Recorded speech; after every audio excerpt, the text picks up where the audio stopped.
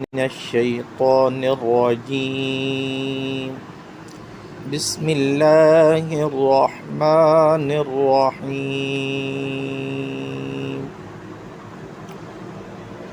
الحمد لله رب العالمين۔ ترجمہ کنز ایمان شریف۔ سب خوبیاں اللہ کو جو مالک سارے جہان والوں کا۔ تفسیر صراط الجنان۔ الحمدللہ، سب تعریفیں اللہ کے لیے ہیں، یعنی ہر طرح کی حمد اور تعریف کا مستحق اللہ تعالی ہے، کیونکہ اللہ تعالی کمال کی تمام صفات کا جامع ہے۔ حمد اور شکر کی تعریف۔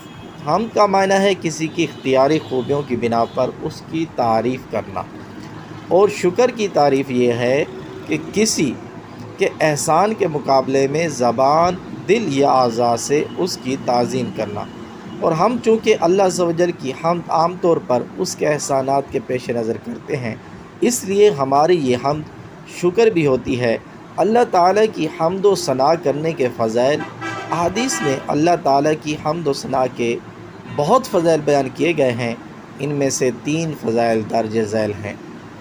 نمبر 1، حضرت انس بن مالک رضی اللہ تعالیٰ عنہ سے روایت ہے، نبی اکرم صلی اللہ تعالیٰ علیہ وآلہ وسلم نے ارشاد فرمایا، اللہ تعالیٰ بندے کی اس بات سے خوش ہوتا ہے کہ وہ کچھ کھائے تو اللہ تعالیٰ کی حمد کرے، اور کچھ پیے تو اللہ تعالیٰ کی حمد کرے۔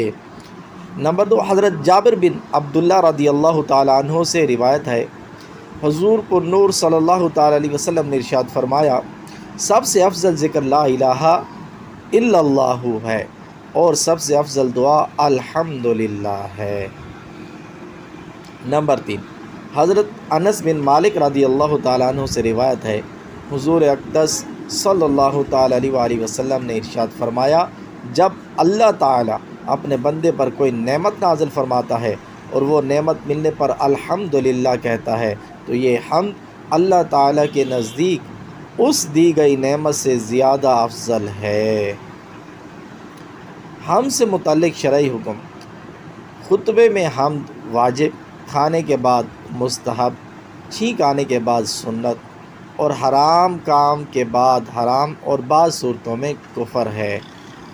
للہ، اللہ کے لیے۔ اللہ اس ذات اعلیٰ کا عظمت والا نام ہے جو تمام کمال والی صفتوں کی جامع ہے، اور بعض مفسرین نے اس لفظ کے معنی بھی بیان کیے ہیں، جیسے اس کا ایک معنی ہے عبادت کا مستحق، دوسرا معنی ہے وہ ذات جس کی معرفت میں عقلیں حیران ہیں، تیسرا معنی ہے وہ ذات جس کی بارگاہ میں سکون حاصل ہوتا ہے، اور چوتھا معنی ہے وہ ذات کے مصیبت کے وقت جس کی پناہ تلاش کی جائے۔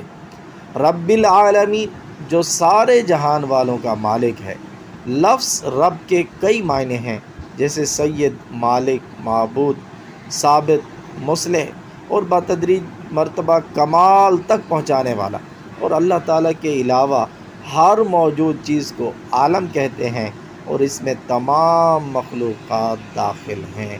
اللہ عز و جل سے دعا ہے کہ سورہ فاتحہ کی ہم نے آج آیت نمبر 1 تلاوت کی، اس کا ترجمہ اور تفسیر سنا۔ اللہ عز و جل سے دعا ہے اللہ تبارک و تعالی ہمیں اسے سمجھنے اور اس پر عمل کرنے کی توفیق عطا فرمائے۔